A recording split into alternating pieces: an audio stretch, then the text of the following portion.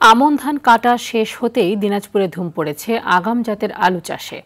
রোপণ করা হচ্ছে অ্যাস্টেরিক, কার্ডিনাল ও স্বল্পমেয়াদী শাটাল জাতের আলুর বীজ। রপ্তানিযোগ্য জাত আবাদ সহ ভালো ফলনে কৃষকদের পরামর্শ দিচ্ছে স্থানীয় কৃষি অফিস।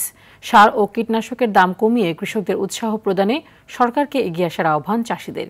দিনাজপুর প্রতিনিধি আনিস হোসেন দুলালের পাঠানো তথ্য ও চিত্র আরো জানাচ্ছেন সাকিব আল হাসান।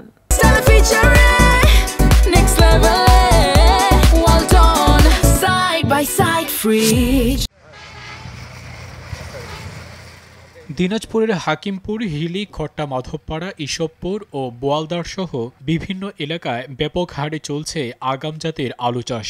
আমন ধান কাটার পর ফাঁকা জমিতে রোপণ করা হচ্ছে অ্যাস্টেরিক, কার্ডিনাল ও স্বল্পমেয়াদী শাটাল জাতের আলুর বীজ। মাঠ জুড়ে হাল চাষ, আগাছা পরিষ্কার, জমিতে গোবর ও রাসায়নিক সার প্রয়োগ, বেড তৈরি এবং হিমাগার থেকে আনা বীজ রোপণে ব্যস্ত সময় পার করছেন এসব এলাকার কৃষক। তবে মৌসুমের শুরুতে আলুর চড়া দামের আশায় কৃষকদের মাঝে উৎসাহ উদ্দীপনা দেখা দিলেও সার, কীটনাশক ও শ্রমিকের বাড়তি মজুরির কথাও বলছেন চাষিরা। এই যে জমি এত খরচ করে চাষবাস করে সবাই খাবে, ঠিক আছে, কিন্তু আমাদের কৃষকের কোনো মূল্য আছে? এই এবার আলু আমাদেরকে কোলেস্টোরে রাখিছি যেই টাকা দিয়ে, আমরা ওই টাকাটাই পাচ্ছি না। এখন তো অবস্থায় যে গাঁটতেছি, আশা করি আশায় মরে চাষা, এইবার না হয় সামনেবার হবে। এখন আবার ওই আশা করে লাগাচ্ছি, এখন দেখা যাক কি হয়।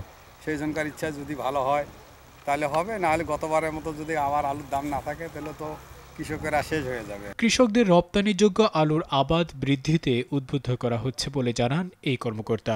আমরা এভাবে যদি আলু উৎপাদন বাড়াতে পারি, সামনে আমরা রপ্তানি করতে পারলে চাষিরা কোনো লস হবে না, তারা বরং লাভের মুখ দেখবে। দিনাজপুরে প্রতি বছর প্রায় 50 হেক্টর জমিতে আলুর আবাদ হয়ে থাকে, যা থেকে উৎপাদন হয় অন্তত 10 লাখ মেট্রিক টন আলু।